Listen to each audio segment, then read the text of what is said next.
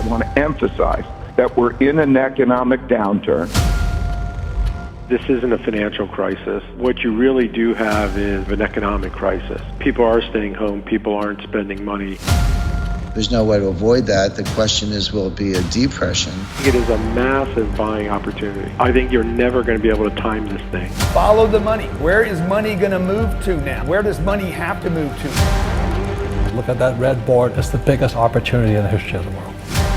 As Buffett always says, you always buy when the bears are selling. And when the bears finally give up, that's when you go in just 3 weeks.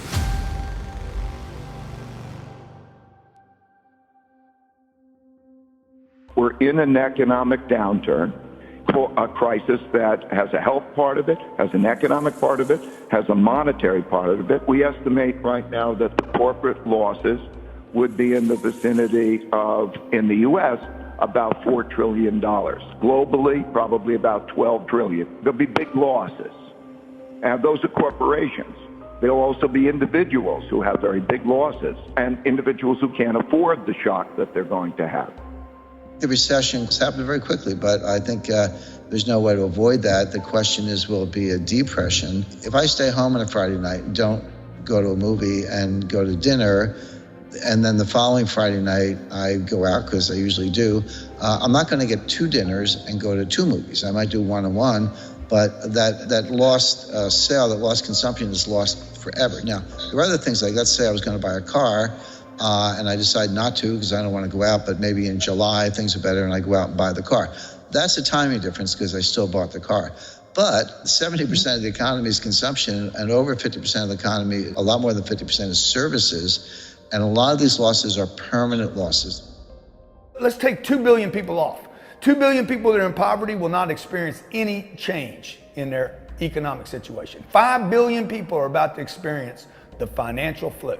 The world will not come to an end. It might slow down, but it won't stop. Remember, persist regardless. No matter how bad this thing gets, you have to persist because others will quit. They will quit, trust me. It will get tough, it will get hard. You want to take advantage right now. You want to exploit.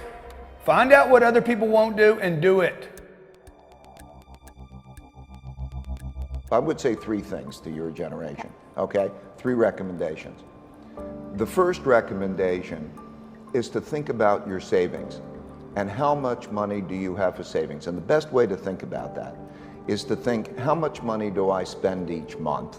And how much money do I have saved? How many months am I going to be okay without that? And to value savings, right? And calculate it, because savings in that is freedom and security. And think about what that is. So that's the first. How much do I have for that? The second thing is, how do I save well? What should I put my saving in? And when thinking about what you should put your saving in, realize that the least risk investment that you think from volatility is the least risk investment, which is cash, is the worst investment over a period of time. And you could judge that by judging the rate of inflation in relationship to the after-tax income you're going to earn. So if you have an inflation rate that's 2 or 3%, and you're earning 1%, and you have to pay taxes on that 1% or the 1 or 2% that you're going to get, you're going to get taxed essentially at 2% a year, and that's going to be a problem. So you have to move into assets, other assets that are going to do better over a period of time. And when you do that, the most important thing I convey to you is to diversify well, because I can guarantee you that one of those assets, and you won't be able to pick the right one, will be disastrous in your lifetime, that you will lose half of that savings if you're in the wrong one, and you won't know what the right one is. And so pick different countries, pick different asset classes. That would be the second thing to learn. First thing is think about how to save. Be cautious about debt. When you're thinking about debt, think about, is that debt going to help my savings, or is it going to produce an income? Sometimes debt, like buying a house or buying an apartment or buying an asset, it produces forced savings. Forced savings is a good thing.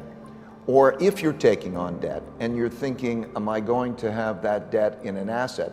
That asset better produce more income than the cost of your debt. If you're using debt for consumption, That's not a good thing to do. Okay, you're giving up that safety. So number two, make sure that you think about the diversification of that, not in cash. And number three, do the opposite of what your instincts are. If you're going to play the game, it has to be the opposite of what your instincts and the crowd says, because the market reflects the crowd.